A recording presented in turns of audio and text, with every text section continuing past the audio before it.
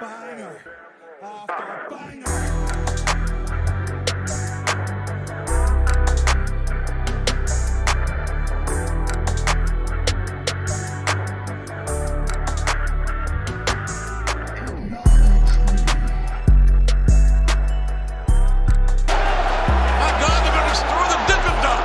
What's going on, guys? It's your boy Big Hero Chris back at you with another one.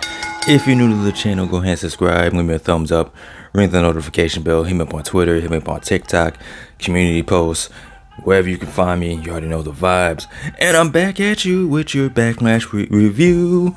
And I gotta say, Puerto Rico, man, y'all deserve more shows, y'all deserve more pay-per-views, more premium live events, more Smackdowns, more Raws, more NXTs, more house shows. Whatever WWE can get to y'all definitely deserve it, because Puerto Rico, Smackdown last night, Backlash tonight was loud, was popping, was hot. The crowd was just hot the whole entire show, man. What an amazing crowd Puerto Rico was, man. I hope WWE goes back to y'all more often. I think the last time prior to this event, I think the last time they said WWE was in Puerto Rico was 2005. I hope they'll go back more often, because Puerto Rico was hot. They were chanting for Bad Bunny songs. They were cheering for Chacleta. They were just hot for the entire show, man. And this show definitely was a show to be hot for, man. It kicked off with the Raw Women's Championship between Bianca Belair and Io Sky. Now, the one thing I will say about Puerto Rico, one thing I will critique y'all for on Puerto Rico, is the fact that y'all booed Bianca Belair. I wasn't too happy about that, but you know, it's all good. Some people were saying maybe they're just tired of Bianca Belair's reign. Some people were saying other reasons. Some people were saying maybe they're just more excited about Io Sky. I'm gonna let it slide because this match was fire. This was a really good match. This was a really good opener. Great way to start the show. Match was phenomenal. There was one point where I thought Io was going to do it. Damage Control came out and they were casting distraction. They were causing distraction. Bayley was looking extra good, causing distracting the referee. And there was a point where I thought Io Sky was going to pull it off. I thought she was about to hit that moonsault on Bianca, knock her out, man, take that title back to Damage Control, but that wasn't the case. It was because Bayley was causing so much of a distraction. She was trying to hold Bianca down by her hair, and the referee saw it. And this caused a distraction for the referee. As Io Sky was going up for the moonsault, Bianca caught her, hit her with the KOD, 1, 2, 3. Bianca Belair is officially the longest reigning women's champion in WWE history. So that is pretty cool. It would have been pretty cool to see Io Sky come up with the win, come back with the championship. But at the same time, I'm not mad that Bianca Belair is still your Raw Women's Champion, taking the Raw Women's Champion back home where it belongs, to Friday Night SmackDown. I gotta see how they do this thing. I hope they don't do the title swap. Maybe they should just rename the women's championships. Like maybe name one the Universal Women's Championship, the other one the WWE Women's Championship. I don't know. As long as they don't do that goofy ass title swap, I'll be okay. It's all good. Speaking of a match that was all good, we had Seth Rollins versus Omos. Now, I gotta give Seth his credit. I gotta give Omos his credit. I gotta give both these men their credit. I gotta give them their props. Gotta give them their flowers, because this match was actually really good. This was a whole lot better than I thought it would. Seth did his thing. Omos, he was doing his thing too. He was doing some big man stuff. He was doing his big Omos stuff.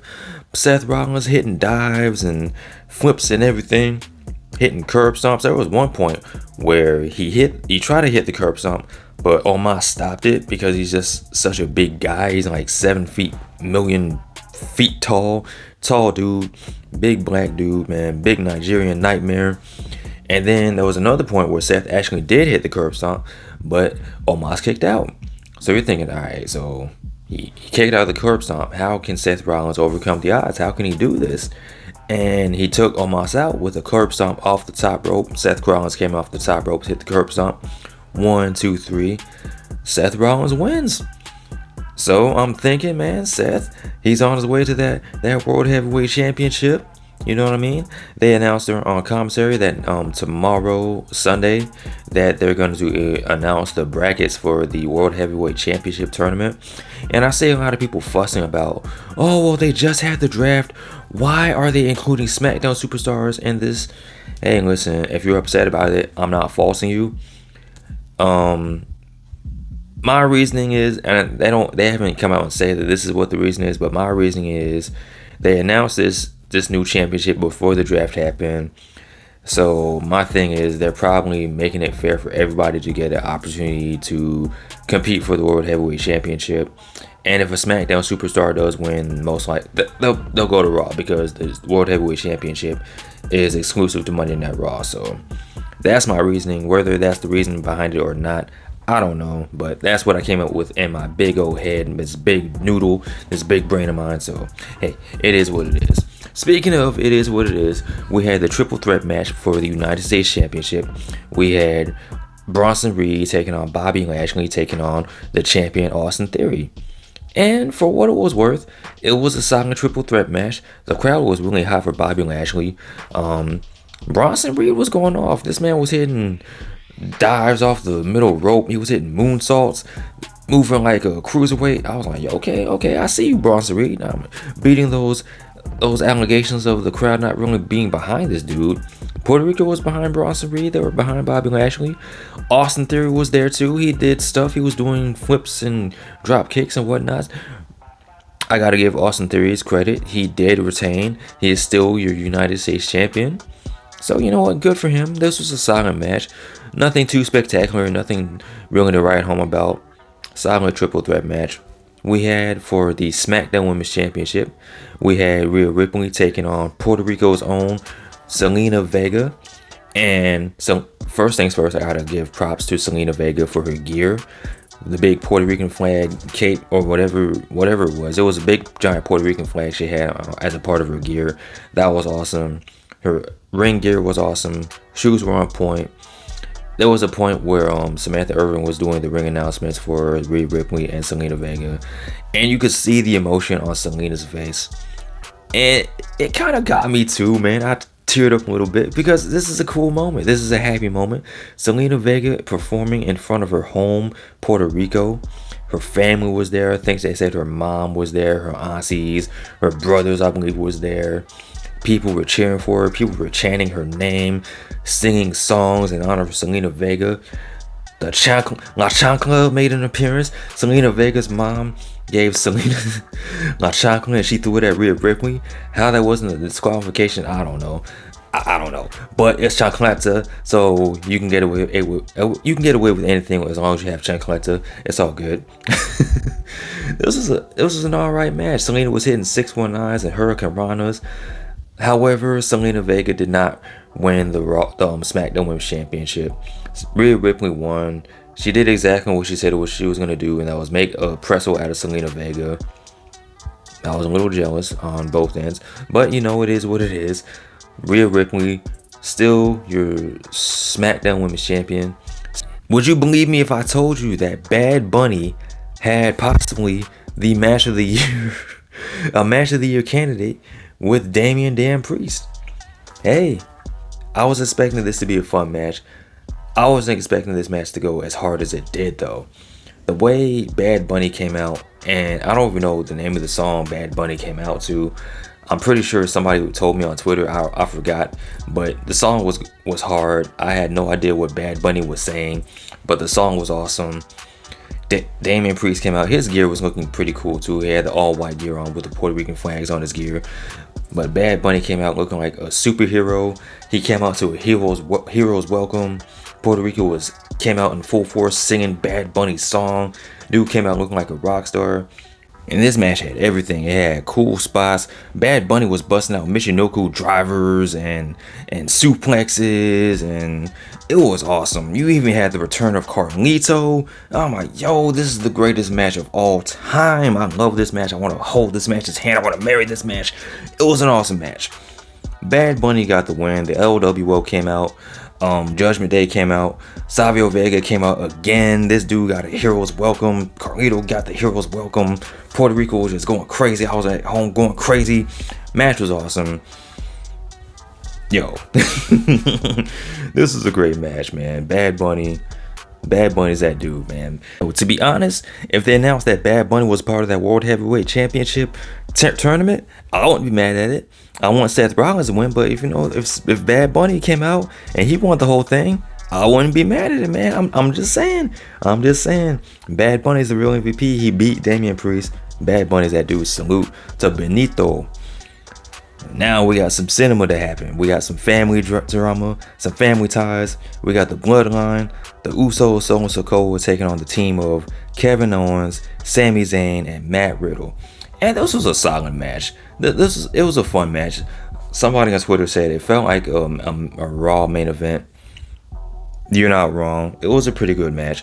It was something to kind of like not necessarily calm the crowd down, because the crowd was pretty much into it. But after you have something like that match you had with Bad Bunny and Damian Priest, which in my opinion, as well as other people, that match should have been the main event. Cody and Brock was the main event, but it is what it is. The Usos, Solo Sikoa, you can tell that there was a little bit of tension. Solo kept looking at his brothers like, man, I low-key hate you dudes, man. Y'all are getting on my nerves. Y'all are making me look bad in front of the tribal chief. Jay's kind of side-eyeing Solo, They're having a big brother, little brother moment. Meanwhile, Jimmy, he's off in La La Land. This goof, he has no idea what's going on. But the match was fun. Something I did not predict that would happen was the Bloodline actually won. I was predicting that they would lose. And Solo would turn on his brothers, or we will see the downfall of the Bloodline in the future. But thanks to Solo, they actually won the match.